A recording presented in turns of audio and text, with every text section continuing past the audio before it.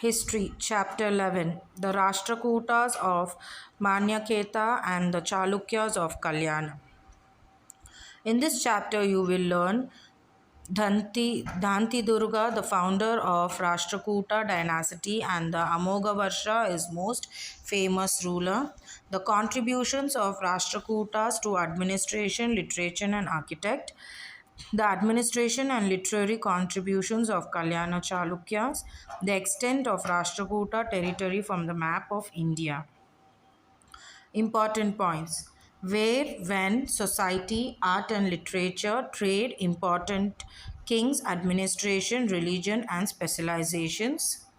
The Rashtrakuta, 753 CE to 973 CE. Rashtrakuta was a royal dynasty ruling large parts of the Indian subcontinents between the 6th and 10th century.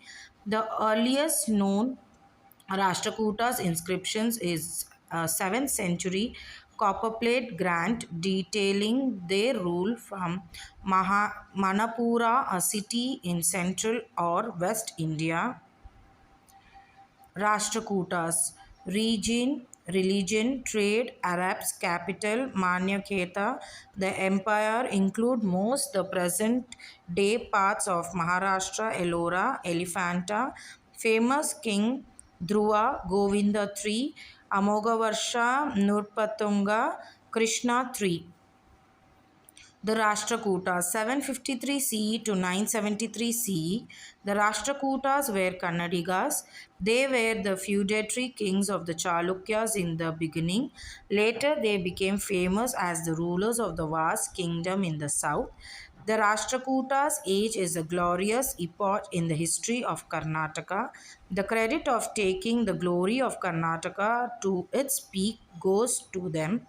Their kingdom, which extended from the Narmada River in the north to the Kaveri River in the south, has also been immortalized by the Kalisanath temple at Ellora and by the first Kannada work Kaviraja Marga.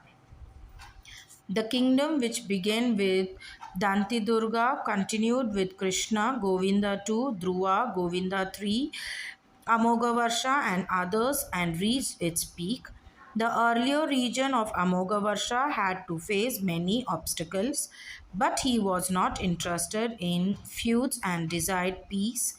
Hence, he got rid of the enmity by developing martial relations with the Gangas and the Pallavas. Since he was a peace loving king, he had to give up some territories in the north.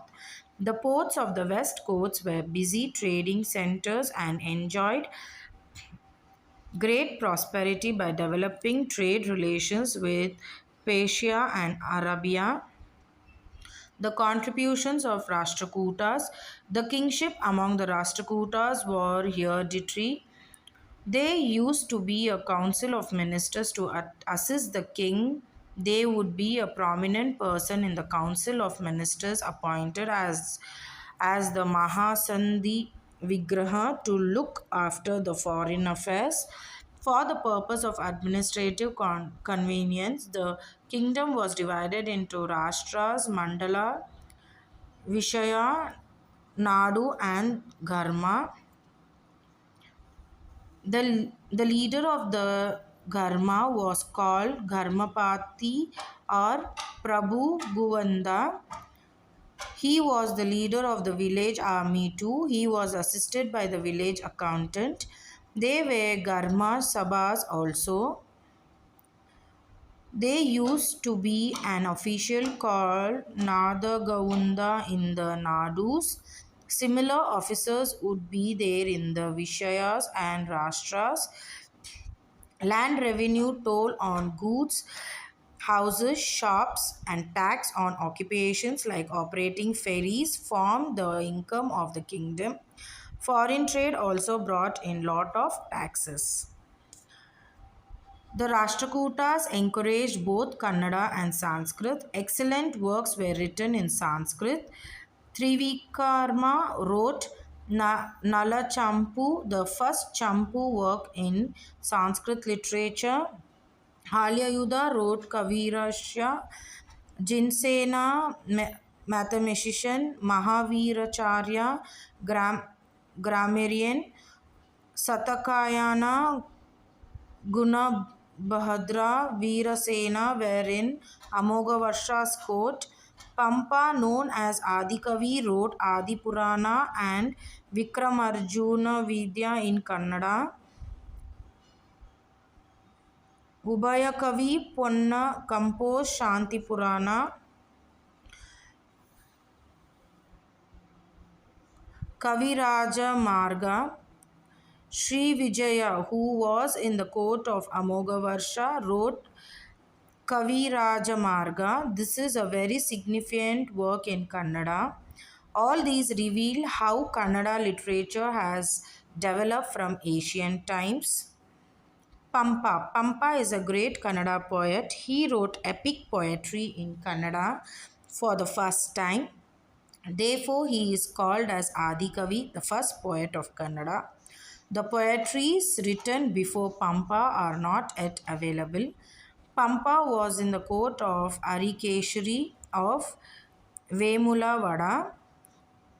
Harikeshari was a feudal king of Rashtrakutas. Pampa has written two famous poems, namely Adipurana and Vikramarjuna Vijaya. Vikramarjuna Vijaya is also called as Pampa Bharata and narrates the story of Mahabharata. This has influenced the other poets very much. Ponna, who belonged to the same period, is also a famous poet of Kannada literature. Kailashanath Temple. The Kailashanath temple at Ellora, built by Krishna I, is a monolithic wonder.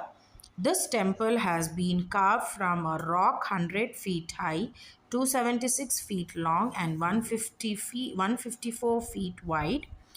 We will not find anything like this in the whole world. The idol of the temple is a sight to behold. The story of Ravana climbing Mount Kailasha in the sculpture is beautiful. Famous emperors Govinda III, Amogavarsha, Nurpatunga. Literature. Rashtrakutas literature is the body of work created during the rule of the Rashtrakutas of Manyakheta, a dynasty that ruled the southern and central parts of the Deccan India between the 8th and 10th century. The period of their rule was an important time in the history of South India literature in general and Kannada literature in particular. This era was particularly the end of classic Prakrit and Sanskrit writings when a whole wealth of topics were available to be written in Kannada. Literature. Some of Kannada's most famous poets graced the courts of the Rashtrakuta kings.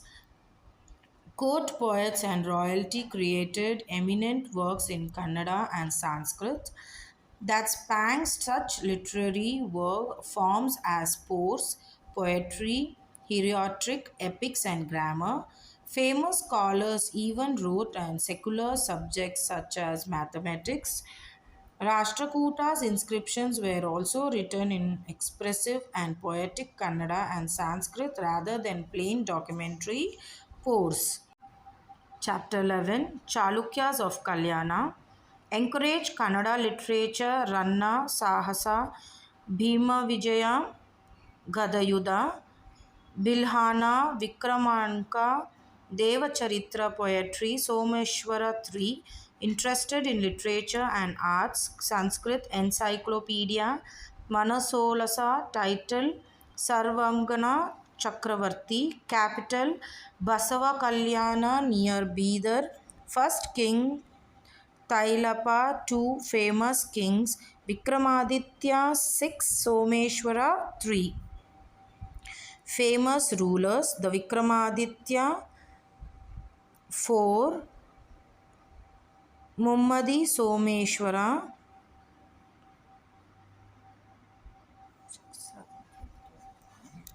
the Chalukyas of Kalyana 973 CE,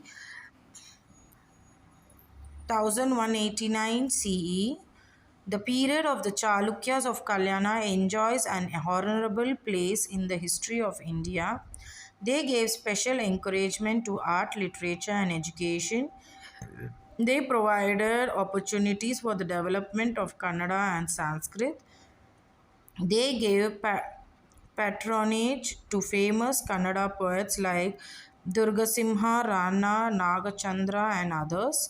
Vachana literature came into prominence during this period. The credit for building a new city called Kalyana and making it the capital goes to Someshwara I.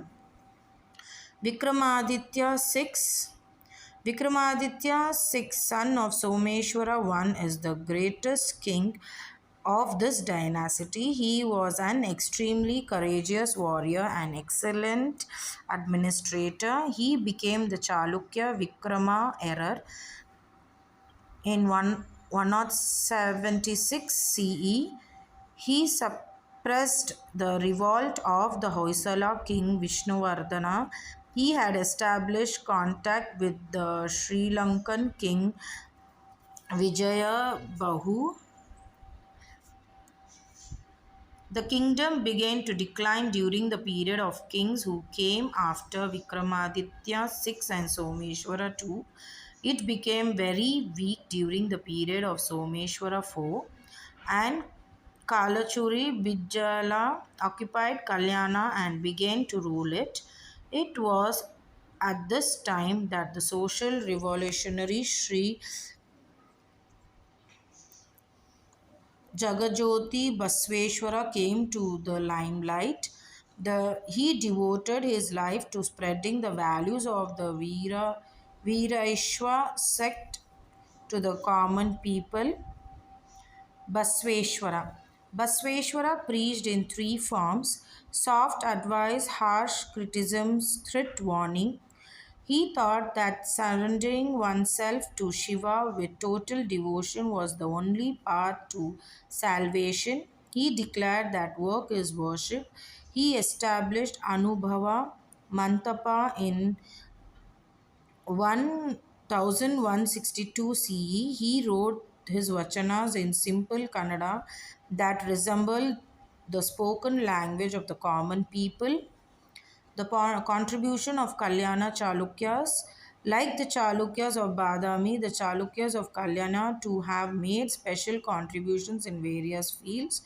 The kingship was hereditary. The kingdom was divided into provinces, mandala, and small provinces, Nadu. They were kampanas, today's Hubli, to enable smooth functioning of administration of village. Land revenue was the main source of income for the kingdom. The other sources of income include sale tax, toll, and tax on provisions. There was an officer called Kadita Vergade appointed to look after collections of land revenue. There were different glides in trade and business.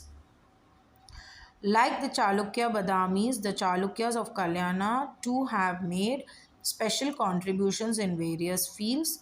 The kingship was hereditary, the kingdom was divided into provinces, mandala, and small provinces, Nadu. They were kampanas, today's Hubli, to enable smooth functioning of administration of villages. Land revenue was the main source of income for the kingdom. The other source of income included sales tax, toll, and tax on provisions. There was an officer called Kadita Vergade appointed to look after the collection of land revenue. There were different glides in trade and business. Architecture: Mahadeva Temple, Itagi, Lakundi Suryanarayana Temple, Temple of Kashi Vishweshwara.